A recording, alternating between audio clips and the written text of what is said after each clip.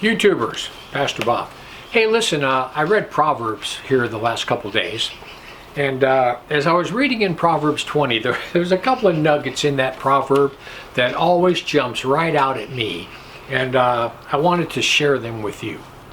The first one is, who can say, this is Proverbs 20 verse 9 by the way, it says, who can say, I have made my heart clean, I am pure from my sin?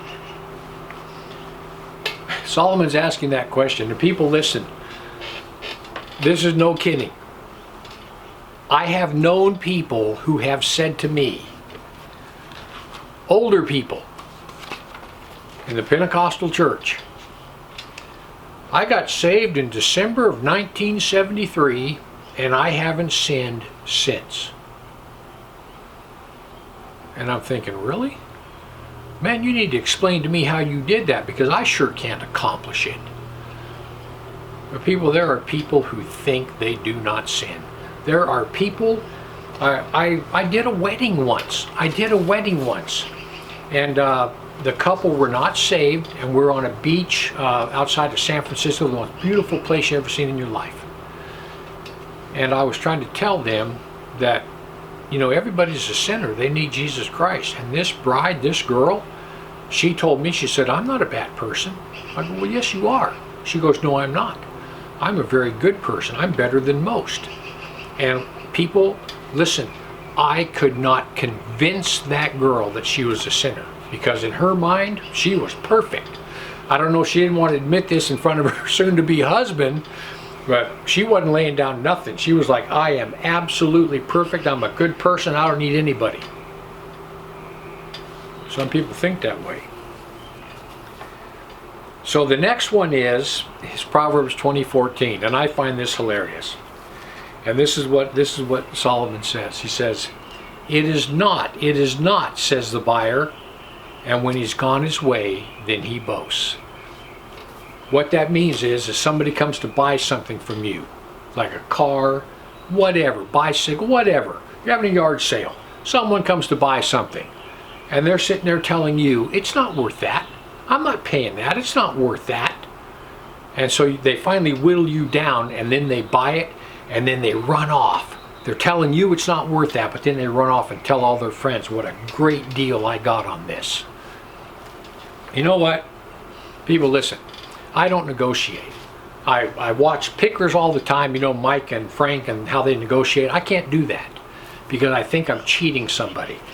Whenever I go to buy something, I'll just ask somebody, when we're talking about it, I'll say, look, what's your best price? What is your absolute lowest price you'll go? And when they tell me it, I either pay it or I walk away, one or the other. Because number one, you don't know what those person's needs are. And when you offer them way under fair market value for the item, you are stealing from them. At least that's the way that I perceive it. So I don't know, some of you negotiators may not think that way. That's okay. But I find that absolutely funny that people have been ripping each other off since the beginning. The next one is Proverbs 20, verse 27. It says, man's goings are of the Lord. How can a man when he, excuse me, I messed it up anyway. Okay, listen. Proverbs 20, 24, and 27. Let's try this again. Man's goings are of the Lord. How can a man then understand his own way? And 27 says, the spirit of man is a candle of the Lord, searching all the inward parts of the belly. And what that's saying is, God knows you far better than you know yourself. God knows you better than you know yourself.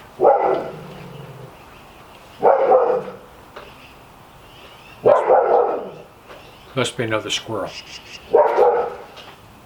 Maybe two squirrels. Communist squirrels. Brody's saying, you come in my yard, I'll cut your head off. Hey, what's the problem? We may have to go check on the dog. Brody! Hey! We're filming! Come here!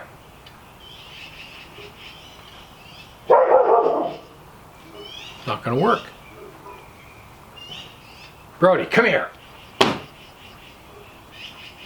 He's not coming. It's a squirrel or something. Could even be a cat. You never know. So anyway, listen. God knows you. Oh, hang on. We got to go find out what it is. You guys, hang on a second.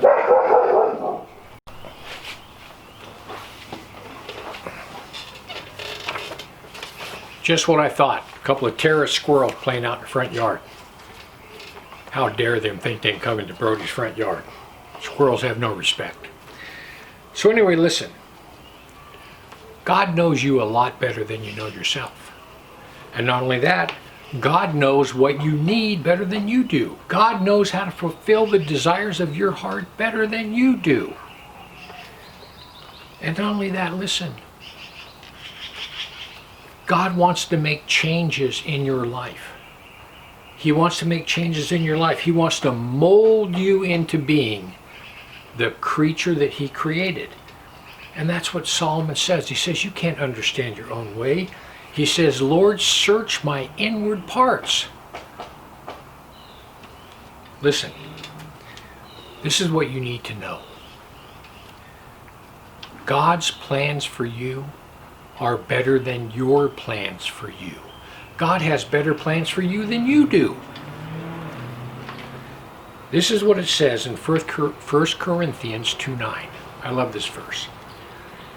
He says, but as it is written, eye has not seen, nor ear heard, neither has entered into the heart of man the things which God has prepared for them that love him. You and I, we have a future in eternity. Did you know that? We have a future in eternity. We are going to become explorers. That's what we're going to be, explorers. And we can explore for all of eternity, and we will never see everything that God's created in eternity past. Never. You will never see everything throughout all of eternity. So listen to this. Here we are right here. We are right here. This little bitty spot. What is it? 2020? Right here. Coronavirus year, 2020. In all of eternity past, if you were to turn around and start walking into eternity past, you would never reach the end of it. It's eternity. It goes on infinitely forever. For all of eternity. Now, God is a God of creation. He's always been a God of creation. He's the same yesterday, today, forever. So God's been here since eternity past, and he's been creating that whole time. God has not been sitting here for eternity twiddling his thumbs and all of a sudden like, I'm going to make man. No. God has been creating for all of eternity past. In all of eternity future. You can never go back and look at everything God's created. You can look and explore for eternity and never see all of it, let alone what he's going to create in eternity future. People, listen. When we get to heaven, we're going to be explorers. And Paul says, he says, eye has not seen nor ear heard, neither has entered into the heart of man. You can't even imagine all the wonders that God has in store for you. And people who would trade this little bitty block of time, 60, 70, 80 years for all that, is nuts. Beyond nuts. They're mentally retarded. I don't get it. I'm living on into eternity just because I have a big imagination. I can imagine some pretty cool stuff. And if Paul says that God's got things created for me that I can't even imagine, well, I'm going to go there and see it all. I plan on seeing it all. I'm going to search and explore, and I am going to enjoy all of eternity with my Creator. People, listen.